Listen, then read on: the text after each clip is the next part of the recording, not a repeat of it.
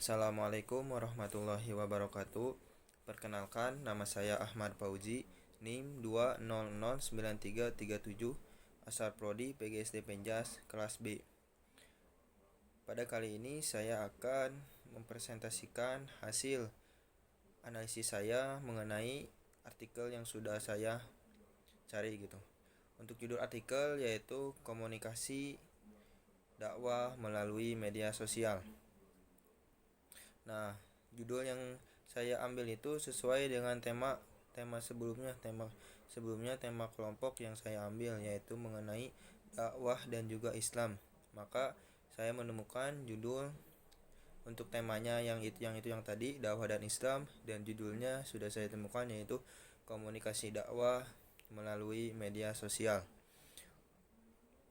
Untuk penulis dalam artikel ini yaitu Dudung Abdurrahman, tahun terbit tahun 2019. Nah, berbicara tentang dakwah. Dakwah bisa dilakukan oleh siapa saja, tidak mesti ustadz. Kita selaku mahasiswa bisa juga berdakwah. Dakwah bukan hanya tugasnya santri, bukan tugasnya ustadz, bukan tugasnya kiai, tetapi kita juga memiliki kewajiban gitu untuk bisa berdakwah. Toh tidak menutup kemungkinan kita mahasiswa olahraga, kita juga dapat mendakwahkan ilmu apa yang kita punya gitu. Merujuk kepada judul yang saya ambil, dakwah melalui media sosial. Sekarang ini kita bisa lebih mudah gitu dalam berdakwah. Kenapa?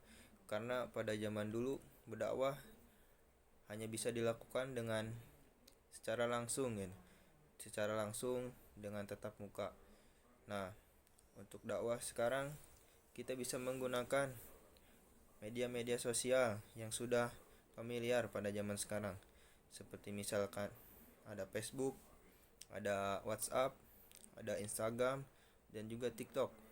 Sehingga memudahkan kita untuk bisa berdakwah. Tidak menutup kemungkinan, tidak ada alasan lagi kita untuk berdakwah. Atau misalkan karena jarak waktu dulu. Nah, sekarang kan bisa diminimalisir dengan cara melalui media sosial, melalui telepon. Semua orang bisa berdakwah, semua orang bisa mendengarkan dakwah juga.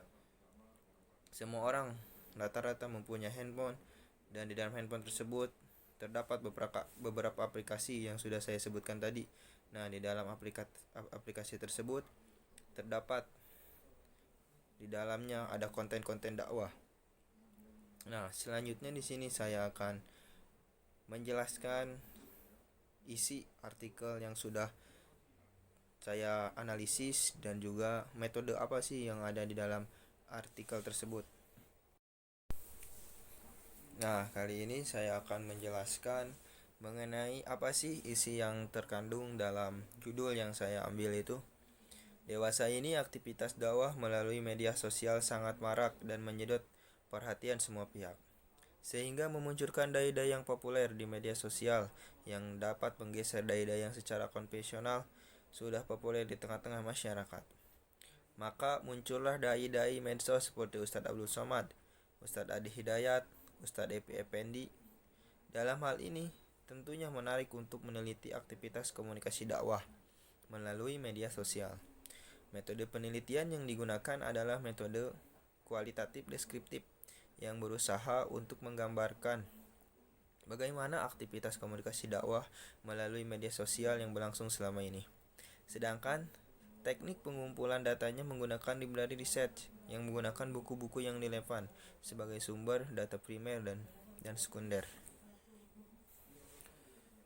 Penjelasan dalam judul tersebut, dalam komunikasi dakwah melalui media sosial terjadi yang namanya interaksi sosial, karena sebenarnya dalam bentuk komunikasi apapun, masyarakat adanya hubungan.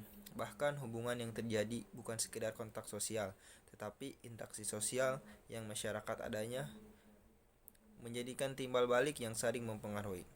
Karena itu, di antara prinsip komunikasi yang paling mendasar adalah adanya dimensi isi dan hubungan.